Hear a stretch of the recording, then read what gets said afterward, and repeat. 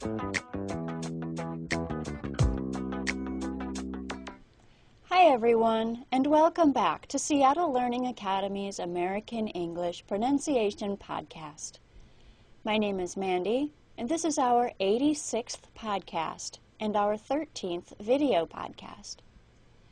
Today's episode is about non-rhyming words, specifically about words you would expect to rhyme, but do not. Hearing rhymes is important because it forces you to listen for the exact sound matches. Specifically, words rhyme when their sounds are the same from the last stressed vowel sound to the end of the word. In single-syllable words, it's easy to find rhymes. Cat, sat, hat, and fat all rhyme. Some examples of two-syllable rhyming words are ever, never, and lever. For longer words, suffixes can help us find rhymes. The words affection, perfection, and protection all rhyme and are all 3 syllables in length. All of the examples I just talked about had the same spelling on the rhyming portion of the word. Most people have an easier time identifying words as rhyming when the spelling is the same. However, we can learn a lot about words that rhyme that aren't spelled the same.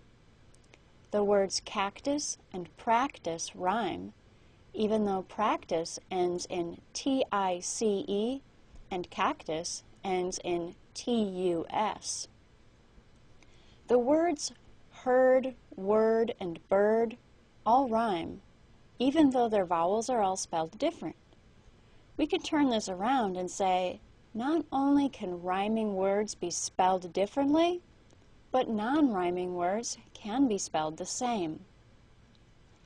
Some non-rhyming words are better known to non-native speakers. These include words with the GH spelling. The words enough, cough, though, and through all end in OUGH, but none of them rhyme. Since there really is no standard OUGH pronunciation, students expect to need to learn the words' pronunciations individually. However, for many sounds in English, especially vowel sounds, it's easy to get caught on a single pronunciation for a spelling. To best explain this, let's look at some unexpected non-rhyming words. For example, the words good and food do not rhyme. Good has the other U sound, and food has the OO sound, oo. Good, food.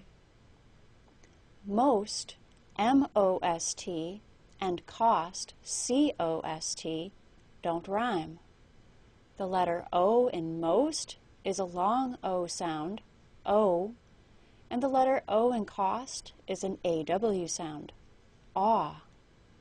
Listen to those words again. Most, cost. The word what does not rhyme with the word that.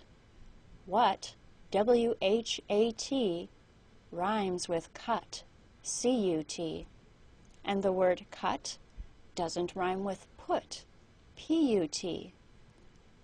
The words cut and what are pronounced with a short U sound, and put is pronounced with the other U sound, On the other hand, put and foot do rhyme, but foot and boot do not.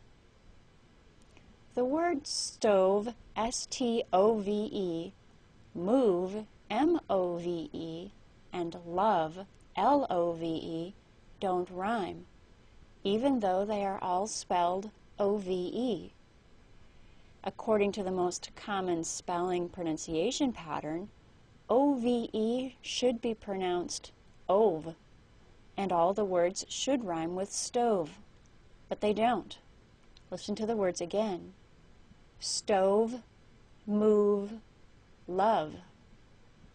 To make it worse, the word D-O-V-E has 2 pronunciations, dove, a noun, and dove, a verb. A dove is a lovely symbol of peace.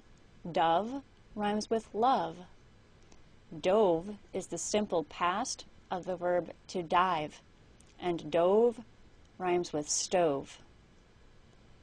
Here's one last example, this time with the A-I-D spelling. Said, S-A-I-D, doesn't rhyme with paid, P-A-I-D. It rhymes with bed, B-E-D.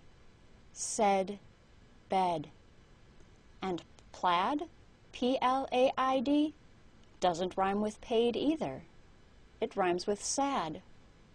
Plaid, sad. Listen to those three words for comparison. Said, paid, plaid. None of those rhyme.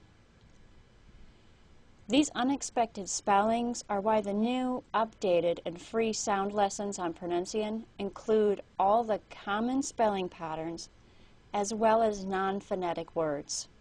It's important to know both. Learn the common spellings, but expect exceptions.